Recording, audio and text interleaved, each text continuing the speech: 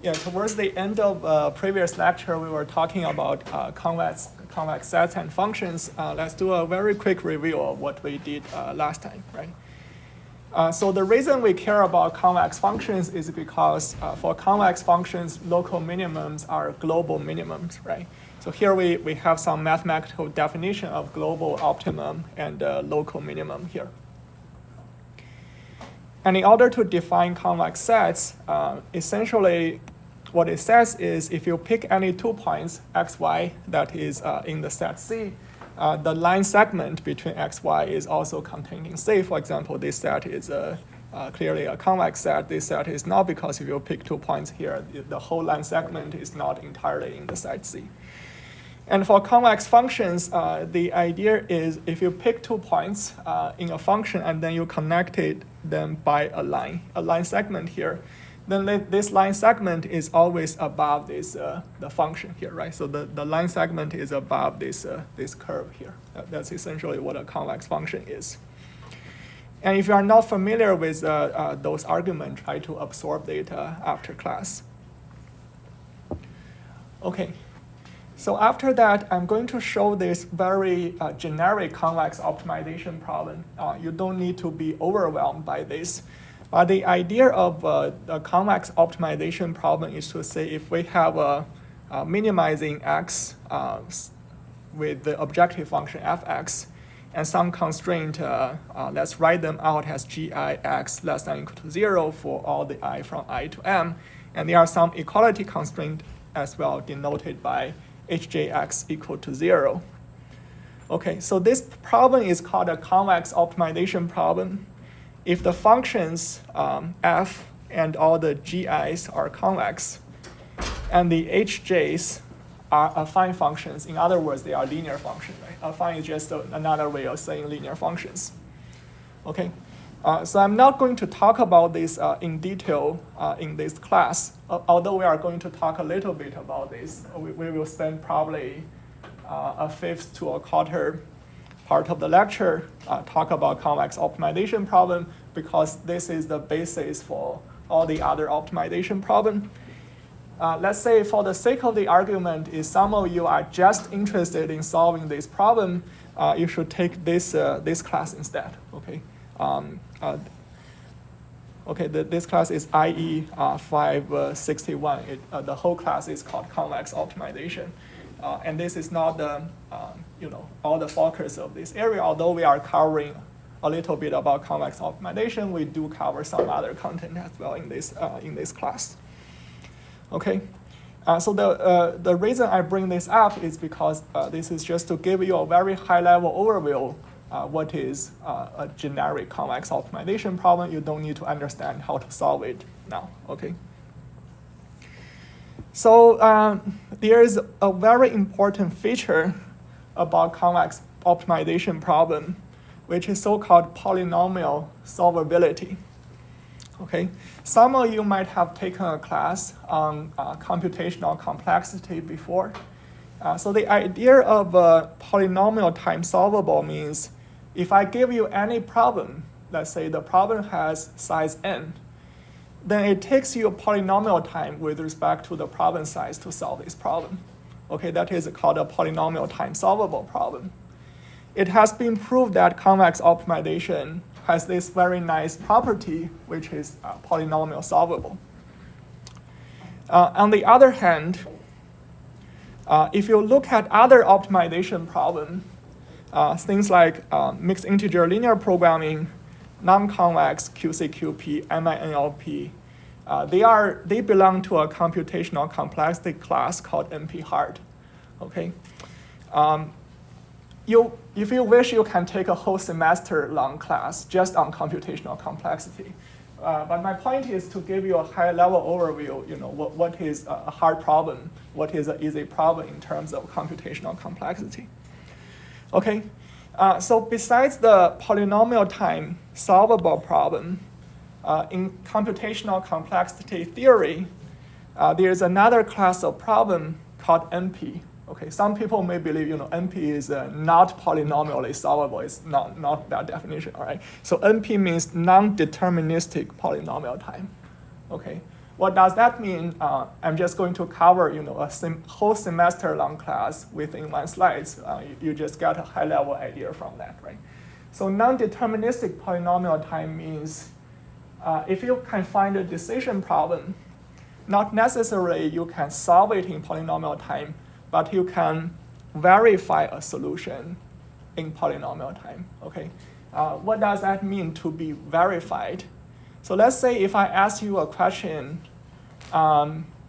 is there a route from your home to campus, right? That I'm asking you a question, is there a route from your home to campus that is less than 2 minutes, for example, okay?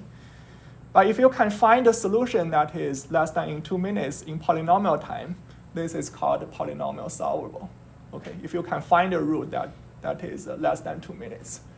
But if I gave you a particular route, for example, you go to this street and that street, right? I gave you a solution to this problem, you can verify whether this solution is less than 2 minutes or not. That is called polynomial time verifiable or non-deterministic polynomial. It's clear that all the polynomial solvable problem can be verified in polynomial time, right? Because you can just find a solution in polynomial time. Of course, you can verify the solution in polynomial time, okay? So as you can imagine, this is a larger computational complexity class than polynomially solvable problem, right? So whether these two classes are equivalent or not, it turns out this is not a solvable problem. This is called the NP-complete problem. Actually, at the beginning of this century, someone, maybe like a math institute or something, they raised it up 7 most challenging mathematical problems, including Riemann hypothesis, Navier-Stokes equation, and including this problem as well. So whoever can solve one of those 7 problems, they will award you $1 million in prize, right? So until this point, only one of those 7 problems has been solved, okay? And this NP-complete problem is still not solved, okay? And most people do believe that P is not equivalent to NP. So this page is, what I took from Wikipedia. So if P is not equal to NP, this is what happens, because then P is contained as a subset of NP. And if P is equal to NP, these two classes are identical, right? Okay. And there's a special classification of problem where you can show if this class called NP-hard problem, if the NP-hard problem can be solved in polynomial time, then all the NP problem can be solved in polynomial time, okay? So if you, maybe you have listened to people talking about NP-hard in the literature and so forth. So essentially you can think about NP-hard problem as the hardest class among all the NP problems, right? If you can prove that one of the NP-hard problem can be solved in polynomial time, then all the NP problem can be solved in polynomial time, okay? And in general, if you are talking about mixed integer linear programming, non-convex quadratic constraint quadratic program, or mixed integer nonlinear programming, they are not polynomial solvable, right? That's a big difference between convex problem and all the other optimization problem, because convex problems are polynomial solvable. That's why in optimization, people usually distinguish between convexity and non-convex problem rather than linear and nonlinear problem, right? The reason we care about convexity is because there is this very fundamental results. Their convex problem can be solved in polynomial time. Okay. Any questions on this? Yes. So you talked about the size of the problem. Is that the number of variables? Yeah, you can think about this as a number of variables and constraints and so forth. And when you say verify if the solution is valid, are you talking about feasibility? Yeah, so usually when they talk about NP-complete, it's like a yes or no type of problem. For example, whether there is something less than something or greater than equal to something, like a yes or an answer to a yes or no problem. Let's say, yeah. Okay. Yes.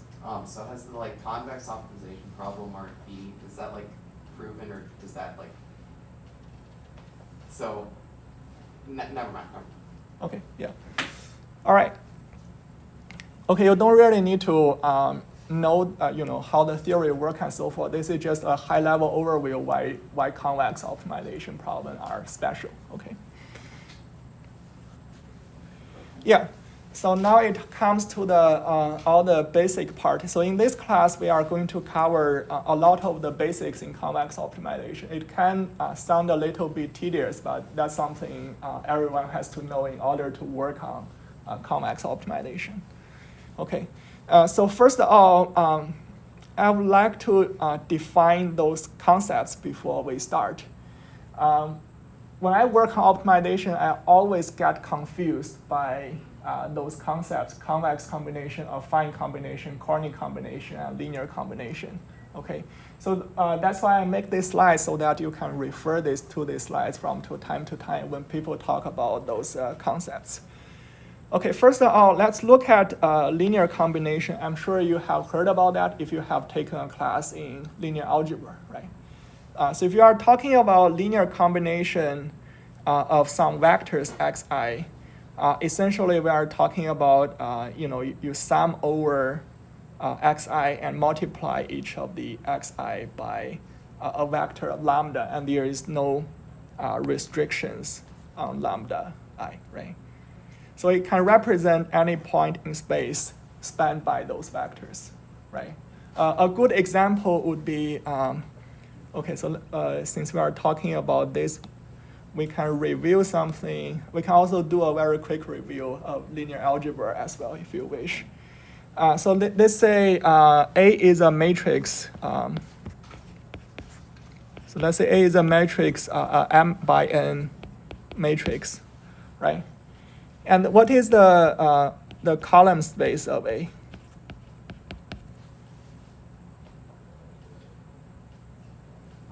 So maybe someone give me an answer. Maybe you guys studied this in the first semester of grad math, right? Anyone? So the column of space of A is just nothing but all the linear combination of the columns of A, right? Okay. So if you can maybe write it in words is like the linear combination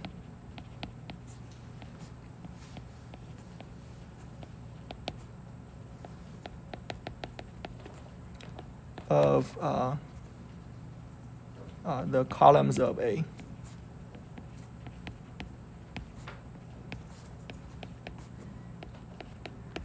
Okay, and then what is a null space of A? Let's see.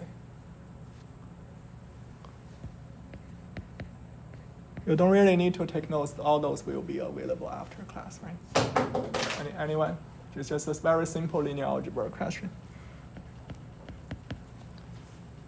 So the null space of A are all the vectors x such that ax equal to 0, right? And as you can see, the column space and then the null space of A, they are orthogonal. Okay, so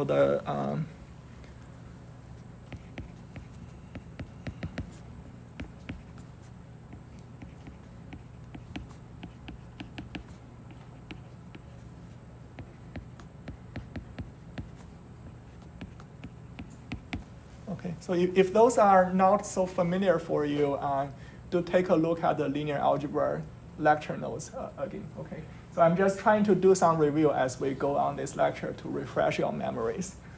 Okay, so let's go back to those definitions. Okay, so as for linear combination, you are just taking you can think about taking the sum of some vectors xi all the way to xn.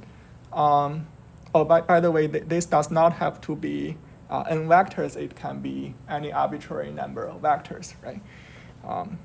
And the lambda are not restricted in sign. You can take any scalar lambda, okay? But if you take the Corny combination, the lambda has to be greater than or equal to 0, okay? And on the other hand, if you take the convex combination of all those vectors, the lambda has to be greater than or equal to 0, and they have to sum up equal to 1. Okay, and if we talk about affine combination, then we are removing removing this requirement. So the lambda can be negative, but then they have to sum up into 1. Okay, that's some tedious definition, but you will see people use that from time to time. Okay. So before we prove this, let's talk about this geometric. Okay, yeah. So let's prove. Maybe let's still prove this first. Okay.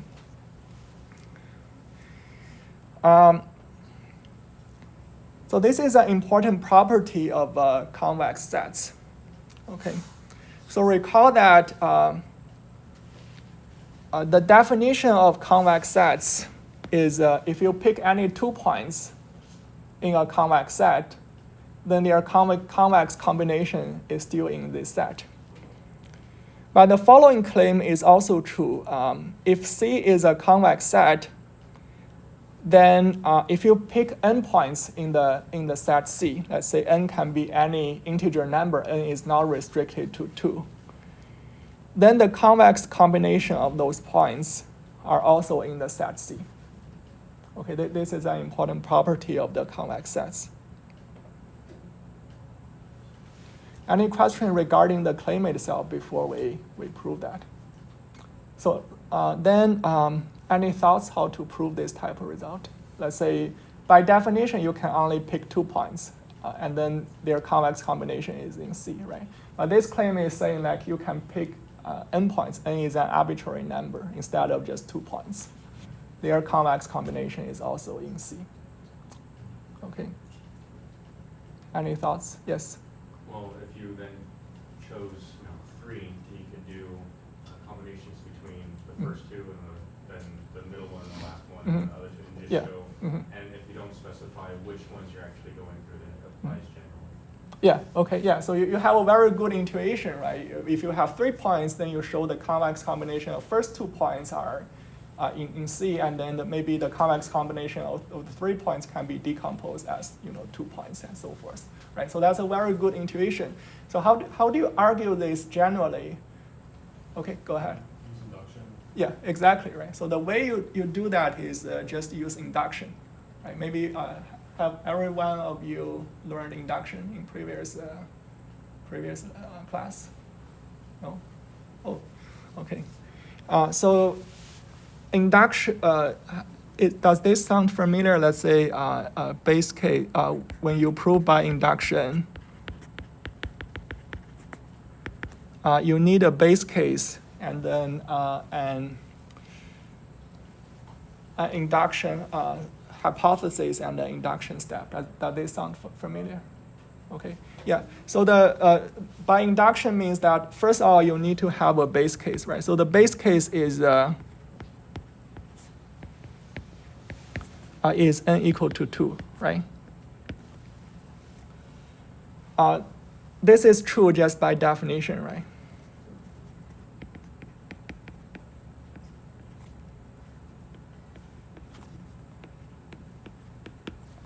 Okay.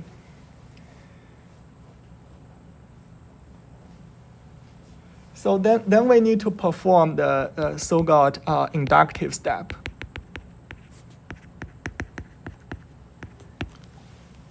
Meaning that suppose the statement is true,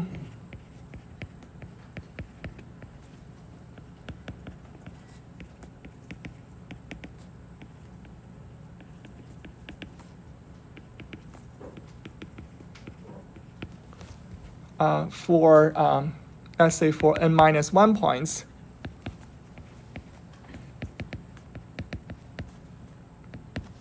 okay, then we need to show that if the statement is true for n minus 1 point, it's also true for n point, right? And then you can keep applying this argument from n equals to 2 all the way to n equals to n, exactly as what Zach has indicated as the intuition. Okay, so let's suppose the statement is true for n minus 1 points. Then let's consider n points now.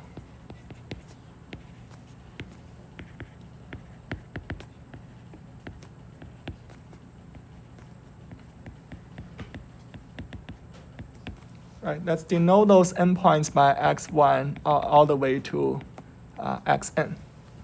Okay, nothing special here. And then we need to show that for any convex combination of those endpoints, which we can denote as y equals to the sum from I from 1 to n, lambda I xi, and then the lambda I has to be greater than or equal to 0, and then they sum up to 1, right? Okay. As long as we can show if this is true, then we are done with the proof, essentially. Okay. So first of all, a very easy observation is that since we have shown that the convex combination of the first n-1 points is still in C, right? Now we are adding one more point, let's call it xn here, right? So without loss of generality, we can assume, so we can say without loss of generality,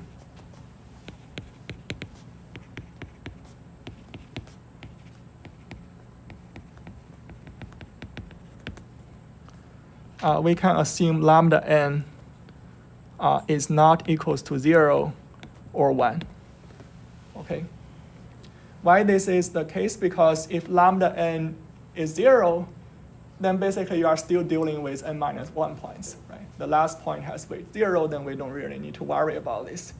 So if lambda n is 1, then you are essentially putting all the weight on one single point, which is also trivial, right? So it's safe to assume lambda n is not equal to 0 or 1. So if you buy that, we can do some sort of rewriting, right? So y is, let's just pick out lambda n times xn. Then the rest of the points, we write them as follows, right? So the rest of the points will be the sum over I from 1 to n-1, lambda I xi, right? So the intuition is that if we can use our induction hypothesis, right, the convex combination of n-1 points is still in the set C, then we can somehow show that this point y is a convex combination of xn and some other point here. But clearly, we need to show that this part is also a point in the set C. So if you think a little bit about that, we can do some sort of trick. Because if you just take a look at the coefficients here, they don't sum up to 1, right? They are not convex combination of the n-1 points. In order to make them sum up to 1, we can do a very simple trick. It just you divide them by 1 minus lambda n, and then you time them by 1 minus lambda n.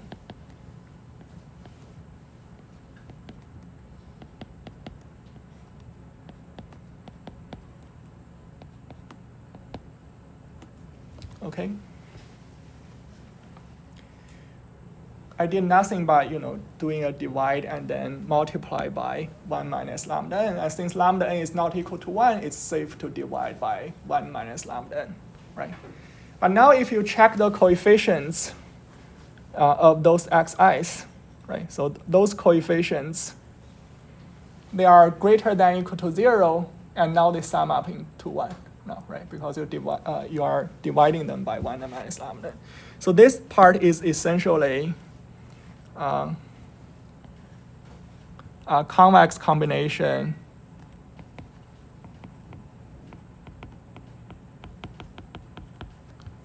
of n-1 points, right? And by our hypothesis, the convex combination of n-1 points are in the set C, right? By the hypothesis. And this point y is a convex combination of xn, and this point here, which is a convex combination of n-1 point. That's why y is in C, okay? So with that, you can see Y is also in the set C. Okay.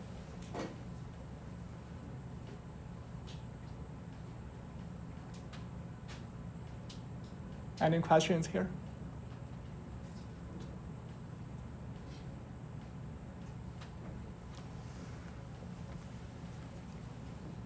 Okay.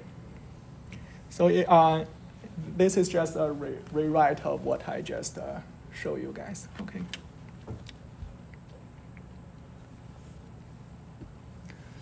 Okay, so with that, let's show some other definitions of a given set C. People keep using those definitions in the literature, so it's nice to get familiarized with those jargons if you wish.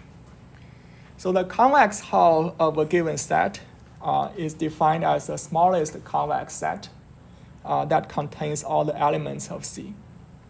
So you can view this as the set of all the convex combination of a finite subsets of C.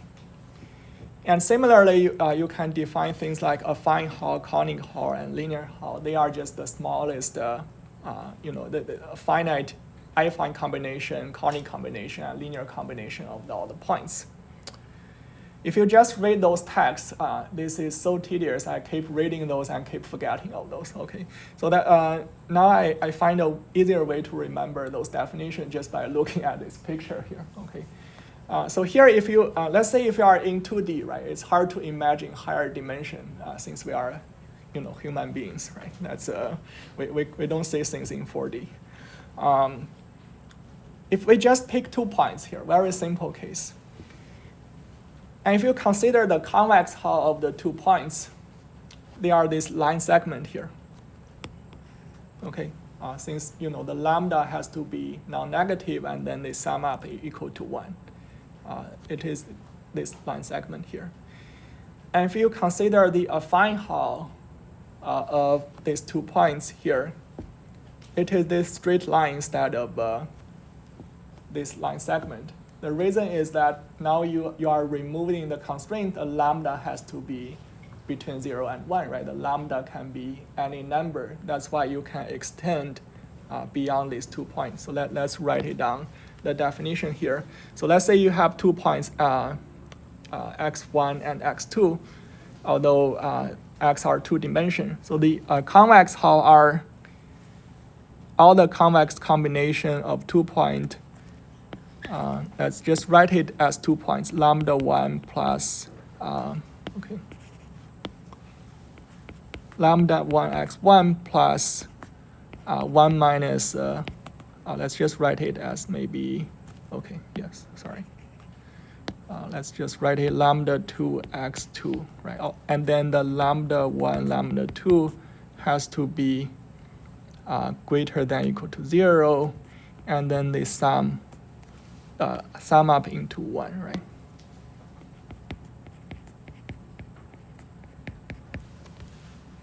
And for the affine hull,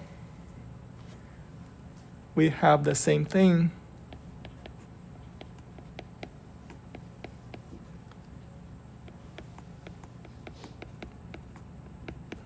So we are now removing the non-negative constraints, right? So the lambda can be negative.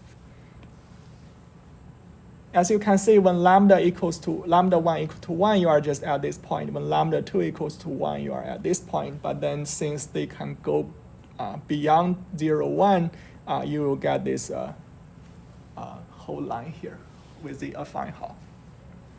Okay, what about the conic hull?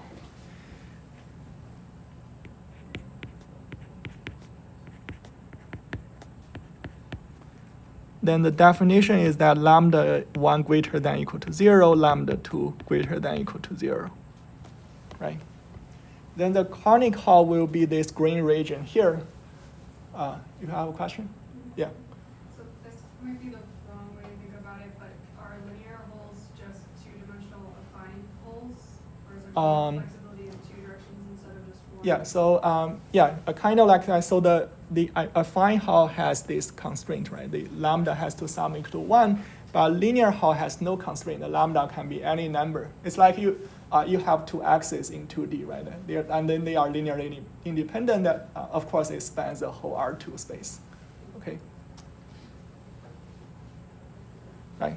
And if you are taking a look at the Cornick Hall, since the lambda can only be greater than or equal to 0, but there is no restriction on their sums, right? So they can extend beyond this point.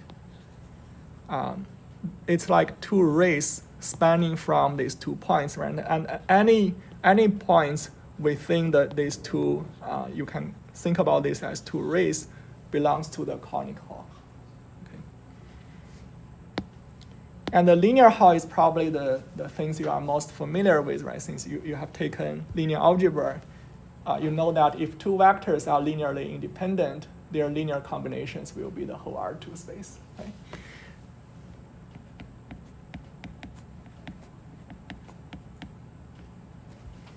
Okay, and there is no constraints on that. Yes? So in this case, is it like useful to think of all these points as lying on vectors extending from the origin?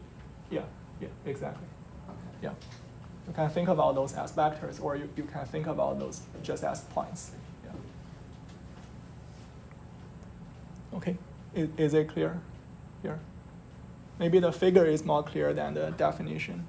I always forget about those algebraic definition as well, but if you forgot about that, you can go back to this picture and try to rederive the algebra yourself. Okay. Yeah, we are not using those definitions for now, but we will revisit that. When we revisit this, I will try to remind you again. Okay. So with that, the next important topic we want to cover is what are the convex set you will see in some of the problems, right? Of course, there are trivial convex sets, like an empty set is a convex set, right? And the point, since there is only one point, right? You cannot even take convex combinations. Of course, a point is a convex set. And the line is also a convex set, right? If you take convex combination of a point, of 2 points in a line, it's a line segment on that same line, right? Of course, the line is a convex set. And the other convex set is a norm ball. Let's see. Is everyone familiar with what a norm of a vector is? What is a p-norm and so forth? Okay, maybe let's do a very quick review of what is a norm, because you are going to use that in a lot of problems in optimization. Okay. So the most common norm you've seen in the literature is what is this so-called p-norm. Okay. So the p-norm is written as, if you have let's say, a vector of x with dimension n, then the p-norm of a vector is nothing but you take the absolute value of each component of x and raise it to the power p. Let's write it as x1. Maybe you can sum all the way to xn raised to the power p. After you sum them up, you raise them to the power of 1 over p. Okay. So a simple instance is when p equals to 2, right? This is the Euclidean norm.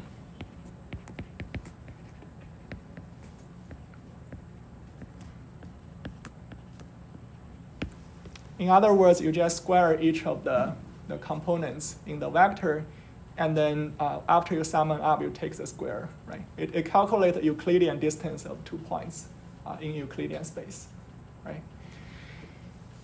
And other special case is when p equals to 1, it just sum up all the absolute value of all those coordinates, right? From 1 to n, xi.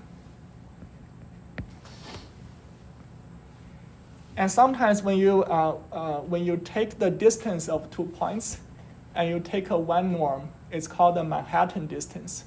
Why it's called the Manhattan distance? Because when you go along the street, you can only take straight lines instead of just connecting these 2 points, right? So essentially, you are summing up the absolute value of each of the coordinate. And when you do p equals to infinity, this would be the max over all the xi, the absolute value of xi. Let's say x from 1 to n. In other words, if you have a vector, you want to take the infinity norm, you just take the absolute value for each of the coordinate and then pick the maximum among those coordinates, okay?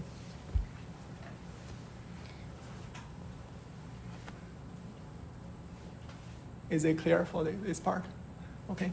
And there are some definitions for the norm. When you say some function is a norm, it has to satisfy the following properties.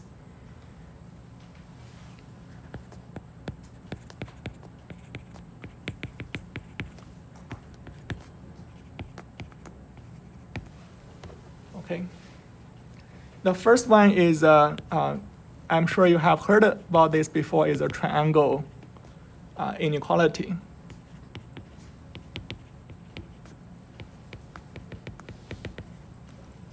Right? So basically, if you take 2 points x and y, the norm of x plus y will be less than or equal to the norm of x plus the norm of y. Right? Of course, this is very intuitive in Euclidean space, right? If you have 2 vectors and x, y, if you just connect these, sum up those vectors, the distance is smaller than you take the triangle, the 2 edges of the triangle instead, right? And the second property is so-called absolute homogeneity. I'm just going to quickly write it down. We are not going to use all the properties here.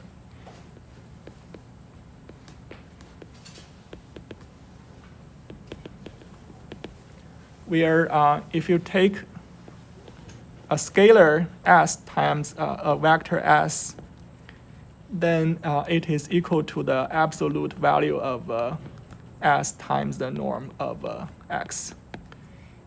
And the third property is positiveness.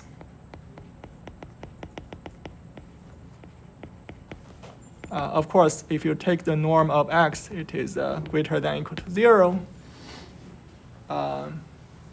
Oh yeah, sorry. This is actually called non-negativity.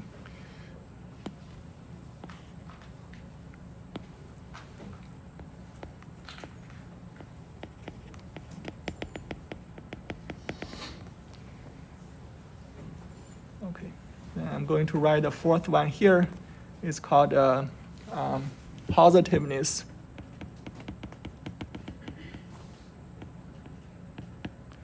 That says if the norm of x is 0, then that implies x is a 0 vector.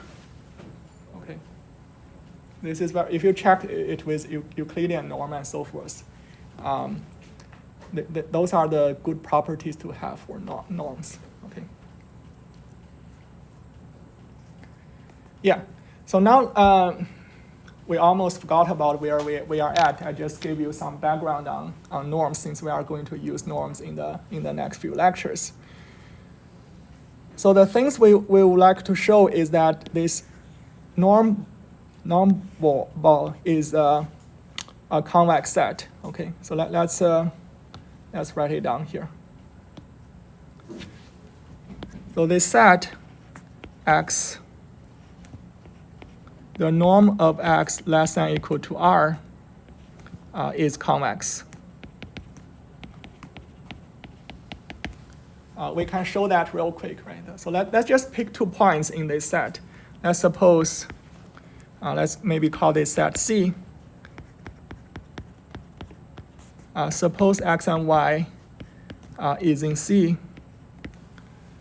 Then what we would like to show is that the convex combination of x and y is also in C, right? So if x and y is in C, we already have the norm of x is less than or equal to r, and the norm of y is also less than or equal to r, right? And now let's take the convex combination of x and y. Let's say it's lambda x plus 1 minus lambda y, right? If we can show that the norm of their convex combination is also less than or equal to r, then we show that this new point is also, this convex combination is also in C, right? So let's just take the norm of this new point. Then first of all, it's very clear you can use triangle inequality, right? So recall that triangle inequality is nothing but the norm of the sum of these 2 points is less than equal to the norm of these 2 points, right? Okay, so now we have lambda x and 1 minus lambda y. So due to triangle inequality, it is less than or equal to lambda x plus 1 minus lambda y, right? So this is due to triangle inequality.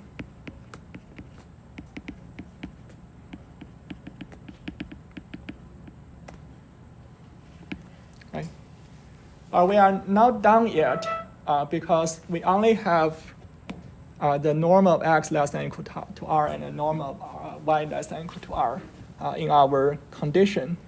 Then the next thing we can do is just take the lambda out, right? So we already have this property here. If you times this vector s by a scalar s, you can take the s out, right? So you can take the lambda out. So this is essentially, since lambda is greater than or equal to 0, we do not need to consider the absolute value. So this is just lambda x plus 1 minus lambda y, right? Okay, and since these 2 guys are less than or equal to r, and it is a convex combination, their convex combination is also less than or equal to r, right? So now you show any convex combination of 2 points is still in the set C. That's why this set C is a convex set. Okay. Any questions here?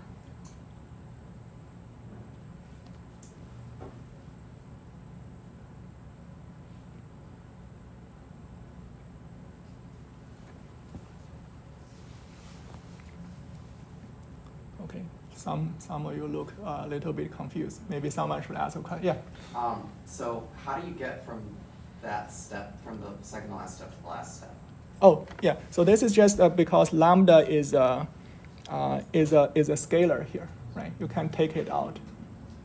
Think about if you multiply a vector by a given arbitrary number, right? You can take number out if it is a norm.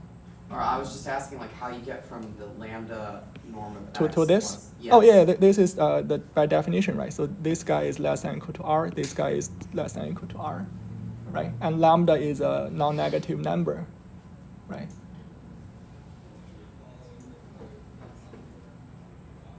You mean from this step to this step, or? Okay, and Yeah. since lambda has to be less than 1, then you get Yeah. So can't you, add if, to more than 1. yeah, exactly. And then they sum up. Yeah, because s is x is this guy is less than or equal to r, right? This guy is also less than or equal to r, and this is the sum of these 2 points. Right? Okay. Yeah, we have to continue here. Oh yeah, so there are some other properties you can show real quick, like a hyperplane is a convex set, the polyhedral is a convex set, and so forth. So the definition of polyhedral is the following. So in this class, if I write capital A, here A is usually a matrix, an arbitrary m by n matrix. If I write it as a small b here, so b is usually a vector in dimension. In this case, it's dimension m. So when you say ax less than or equal to b, it is a so-called polyhedral set, meaning that you are multiplying each row of A by the vector x, right? So there are m rows, and this is essentially m inequality constraints here. Okay.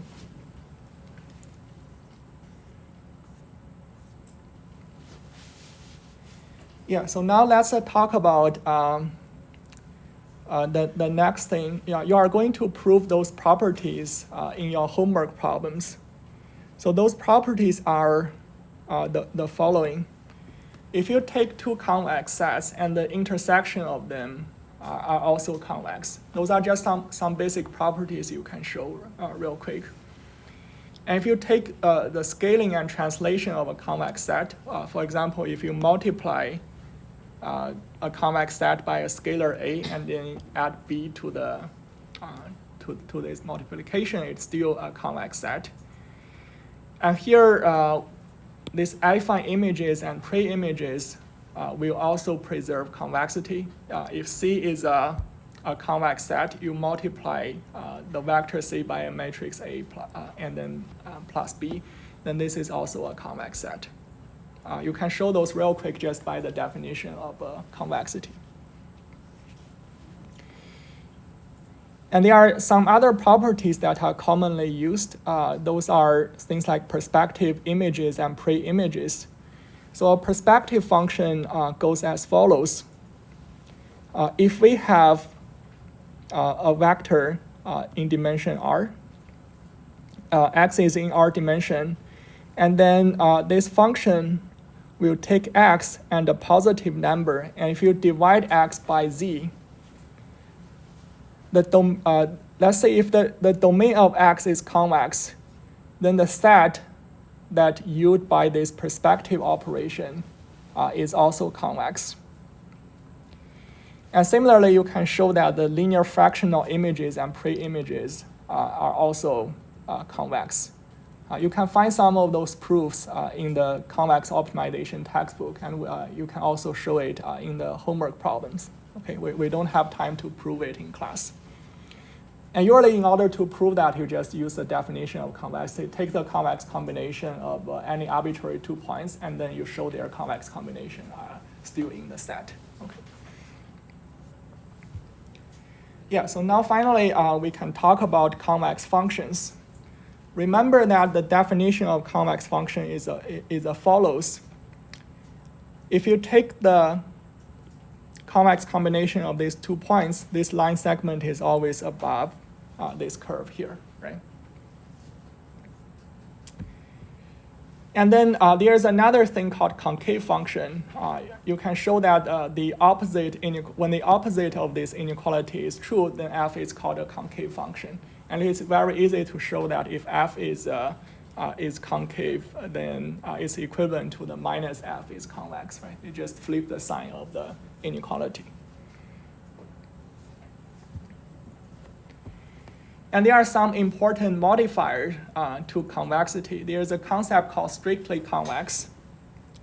The idea is that instead of using the inequality, it is replaced with a strict inequality here. Okay, that's called strictly convex. And there's something called strongly convex.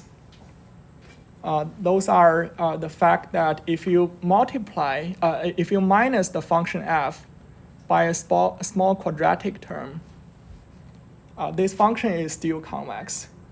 Then in other words, the function f is at least as convex as a quadratic function. Those are just some very little definitions here. And those properties can be important for some of the algorithms. Okay. Okay, so if you are already confused, it's a good time to restart your brain, because now I'm going to talk about something different. Okay, if all those convexity proofs already confuse you, but these two properties are very important properties that people use in solving problems. Okay, so the reason we need this is how do you actually prove a function is convex? You cannot really check the definitions every time, right? But for most of the problem, we come up with something called a first order characterization and a second order characterization of convex functions. Okay. So if you look at this claim, if the function f is differentiable, meaning that this function can be differentiated, right? Everyone knows what differentiable means, right? For example, if you have a function that looks like the absolute value function, right? This function is not differentiable. The reason is that at this point here, right, the derivative doesn't exist when you have an absolute value function. But let's say if you have what I'm plotting here is a quadratic function, the derivative does exist. Then we have this first order condition for convexity. Okay, so a function is convex if and only if the domain of f is convex, and we have this property here. Okay, so if you just look at the math, this is not intuitive at all, right? So what I would suggest that throughout this class, you first look at the picture I gave you to get some intuition, and then you look at the math. Okay, so from this picture, what you can see is I have a function plotted here in green, right? So the first order condition means if you pick an arbitrary point, for example, I pick a point here in this function, and then I take the derivative at this point. So you can always use the derivative to approximate this function here, right? If I'm familiar with Taylor series expansion, this is like taking a first order Taylor series expansion at this point here, right? You just take the derivative at this point instead. Okay, so a convex function means if you use this first order derivative to approximate the function, this first order derivative approximation is always below the function. Okay, that's what essentially it means geometrically. Okay, and mathematically, if you look at the definition here, supposedly you pick an arbitrary point f, right? We are staying at a function at a point x. Let's assume this point is x. And then you know the value of the function at x, but let's think about what about if you pick a point y that is different from x, right? So instead of using the function fy, we are using a first order approximation, which is the gradient at the point x, to approximate the nonlinear function here, right? So the gradient at x is just, if you think about x is fixed, the gradient is a constant. You can use a gradient to approximate the function of fi. And this linear approximation lies below the real function fy. This is essentially what it is. Okay. And in order, so first of all, is the definition of first order characterization clear? Yes? Why does the domain need to be convex? The domain needs to be convex. It says DOM of F is convex on the top. Yeah, so if you read the proof, you will find out we need to use this property to prove this. Okay. But usually you can just assume the domain is Rn, right? It's not constrained. For most of the functions, the domain is Rn. Okay.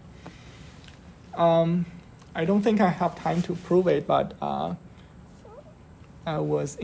initially I thought I would. Yeah, so let's continue. If we have time to prove some of the theorems, then we will come back. So in order to show that it's not that hard, you just need to be fluent in calculus. That's it. Okay. Yeah, so let's just talk about all the properties first. If people are curious, we can show some of the proofs. So this property is more important than the first order characterization. This is called the second order characterization because this property is very easy to check. Again, if you were already confused by the previous slides, it's fine. If you want to remember something, this is the slide you can remember in this lecture. Okay. So if f is twice differentiable, meaning that you can always take the second order derivative of this function x. And then the function is convex if and only if the domain is convex. And do people recognize this notation here? It's like the Hessian of a function. If x only has one dimension, the Hessian of the function is just a second order derivative, right? If x has multiple dimensions, then the Hessian of fx is nothing about this matrix here. You take the partial derivative of f with respect to x1. So first x1 and x1, and then you take the derivative with x1, xj, and so forth. Okay, so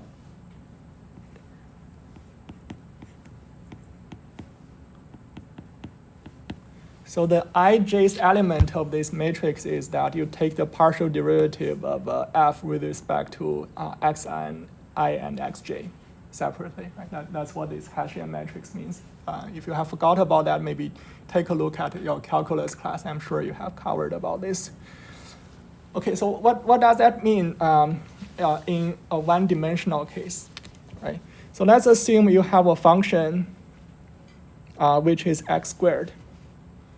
If you take the second order derivative of x squared, what is the second order derivative of x squared, right? It's just 2, right? It's a constant. And then you can plot the second order derivative here on this figure. So in 1D, what essentially it says is you take the second order derivative of a function x, and it's greater than or equal to 0, right? In high dimension, it says you take the Hessian matrix of a function, it is positive semi-definite. That's when a function is convex, okay? So in order to check a function is convex or not, it's very easy, right? You just take the Hessian of this function. As long as you know how to take derivatives, you know how to get the Hessian of any function, right? Take the second order derivative of this function, get the Hessian of the matrix. If you can show that the Hessian is positive semi-definite, then this function is convex. That's a very easy condition to check instead of, I have to pick 2 arbitrary points and check their convex.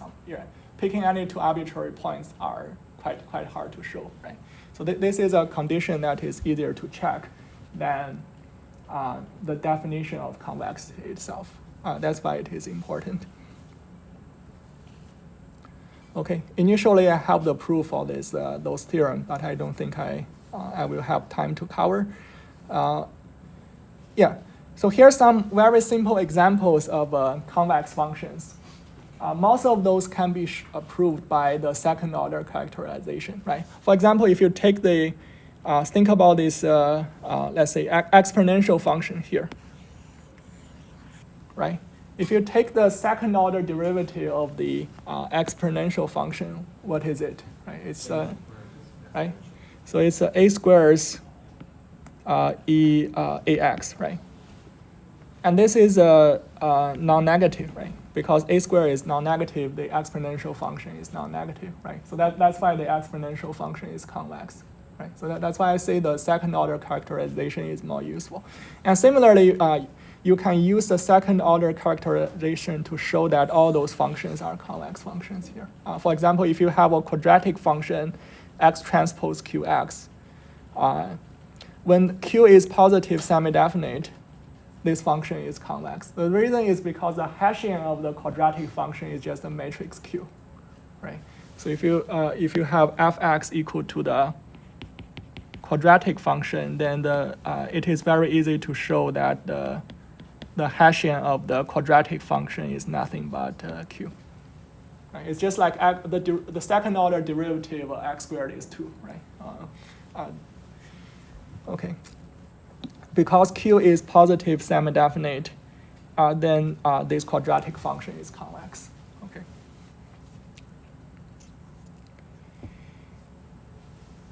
Yeah, and there are some other functions like our good friend, the norm function. I spent a lot of time talk about that. You can show that the norm function is convex. Actually, I think this is easier to show by definition than the second order derivative. You can just use a triangle inequality and so forth.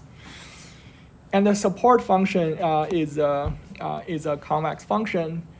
Yeah, essentially we are taking the x transpose y, and where we are maximizing the y over a set. It doesn't depend on whether the set is convex or not. You can show that this support function is convex.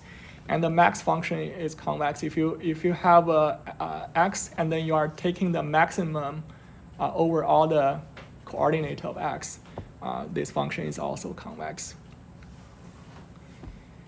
Okay, and then there are some other key properties of convex functions, which are, some of them are commonly used, some are not. Especially this epigraph characterization is quite intuitive. Let's just talk about it real quick.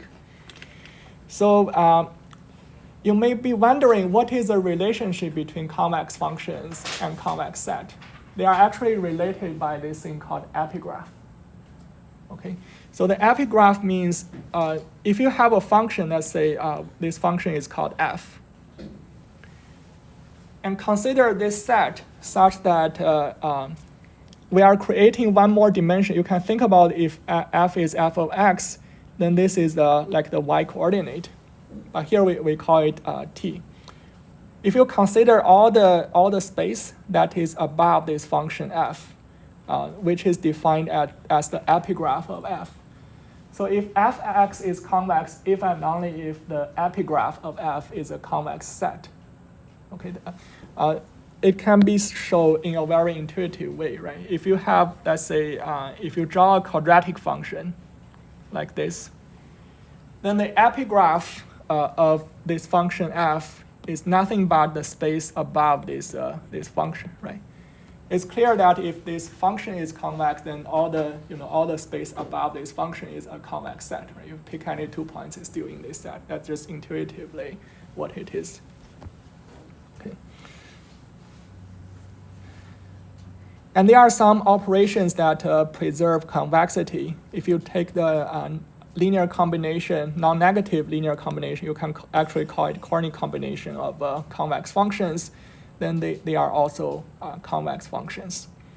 And if you take the pointwise maximum of some functions fs, if fs is convex, and you take the maximum of those functions, they are still convex. And there are other property you can read real quick. For example, if f is convex, then this function g of x, which is the composition of function f and a linear function, then it is also a convex function. Okay, and the other important property is a so-called perspective function. This is used very often, even in some of the chemical engineering. Yes? Yeah, go ahead. This is probably obvious. I just want to double check. Oh. The figure that you showed 2 slides ago is not convex, correct? Yeah. Of course, this is not convex. That's why the function f is also not a convex function. Yes. So is the opposite true of that graph for Yeah. concavity? Yeah, exactly. Let me think about it. Yeah, then you have to show the point below the function f instead of above the function f. Okay. So is the epigraph of the concave Yeah. So if would still be above it? So if the graph below the concave function is convex, then that function is concave. I think that's a way to think about that. Okay. Yeah. Because there is no definition for a concave set, right? We only define convex function and concave function. We didn't define what is a concave set. There are only non-convex set. Okay. Any other questions?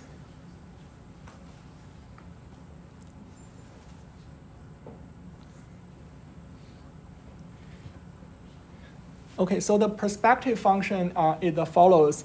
If f is a given function from Rn to R, then this function g is also convex. If you take the following operation, essentially you are dividing this point x by a positive number t, and then outside function s you are multiplying it by t. This operation still preserve convexity. There is also a very easy way to show, although it's not very intuitive, but if you want to show that, it's just a few lines of write-up. Okay. Yeah, so this is just an example of how you can apply the properties to a given problem. Basically, if you consider C be an arbitrary set and consider the maximum distance to a set C under an arbitrary norm, then this function is still convex by applying the previous property. And similarly, the minimum distance can be obtained in that way. Okay. So that's the, I don't want to go to the details of each of those properties because I realize some of the people might be confused. We have 10 minutes, maybe if anything is unclear, it's time to ask some questions. Yes? So we were mostly talking about like vectors, but because we can have like any column space that's defined, this also applies to like tensors and larger matrices, right? Uh-huh. Yeah, that's a good point. Usually, when we talk about optimization, you just talk about in a vector space. As for tensors, I mean they can always be converted to vectors for sure. Since usually you just define the variables of your optimization problem as vectors. Okay. Yeah. Other questions?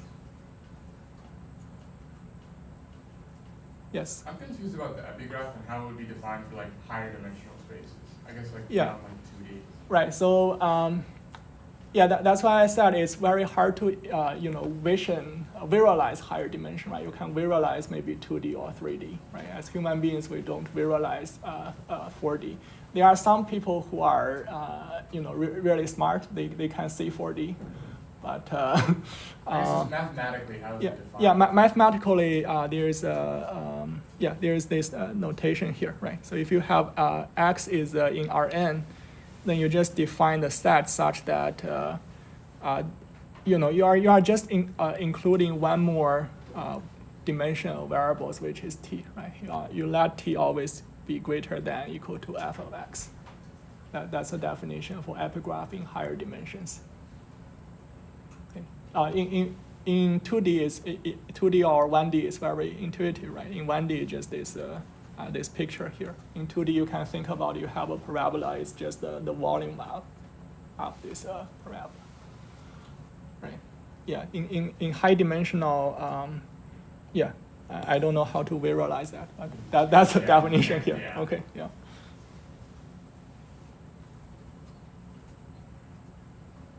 Any other questions?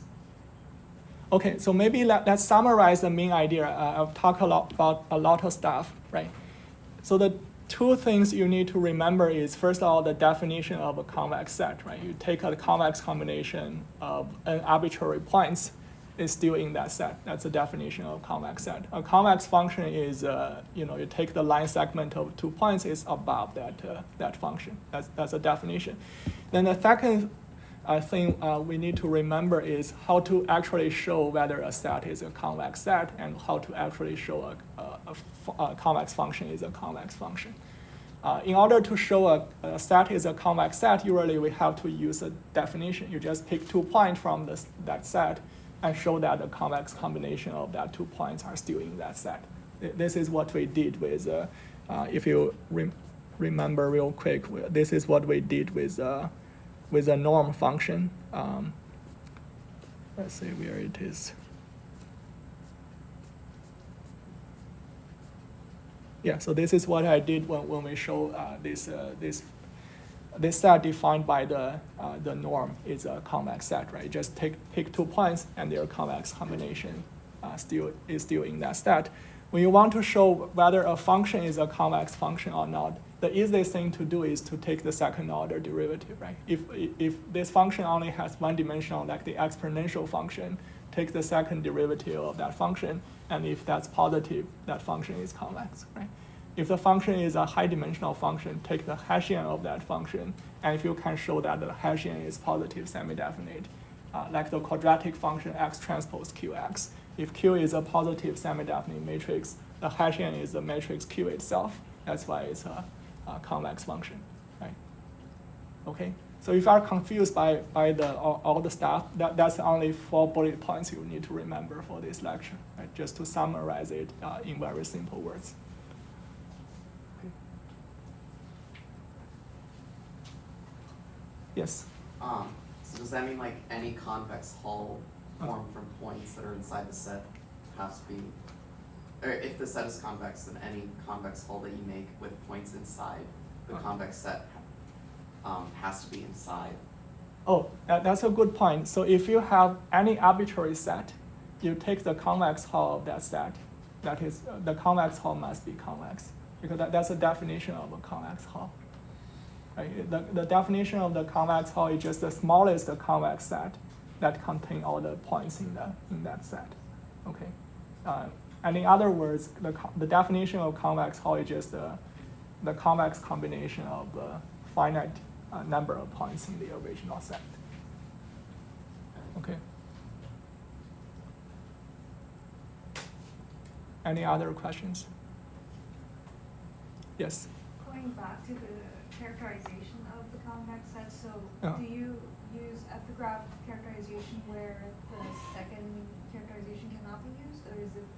Oh yeah, that's also a very good point. The epigraph is just a property that is very intuitive. You should know. Usually when you characterize a function, usually the second order characterization is very convenient. You don't really need to use the epigraph. You can just use the definition of a convex function to show that. Okay. Yeah, those are all good questions. Any other questions people have? Yes. Do you need to like prove generality, I guess, for like proving that something's a convex set? Because I guess in this case we only use 2 points.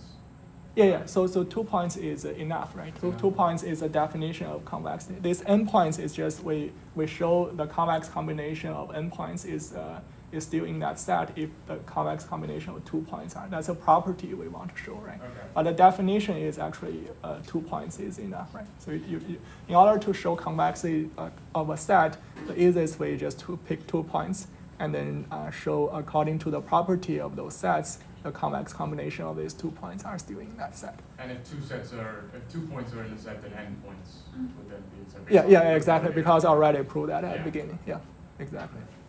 Okay. Yes. So going back to the induction proof. Yeah. How did we show that the second term was equal to 1? The second, yeah. Okay, so let's write it this way, right? So I was trying to argue that this is a convex combination of n minus 1 points, right? Then you can show that the summation of this term, I from 1 minus lambda n. You are asking about why this is true? Okay, yeah.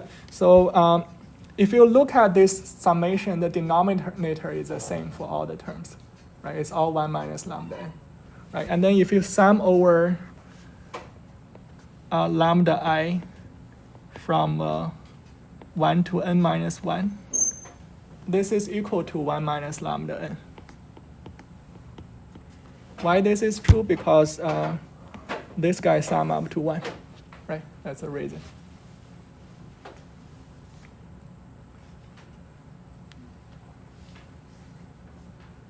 Okay, maybe last question if people still have. All right, so if we are all good, then you can take a look at the homework questions because you can never learn math without doing some exercise. Actually, it's more important to do the exercise and coming to the lectures.